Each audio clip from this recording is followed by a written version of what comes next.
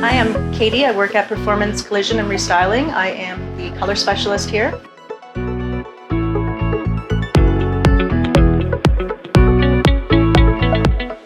Here I'm just using some leftover paint that we have, and I don't like things to go to waste, so I decided to create some art pieces.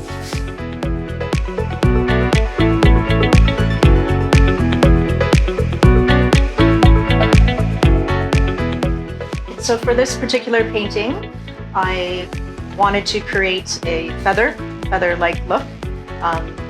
So it was just leftover paints from different vehicles that we did this week.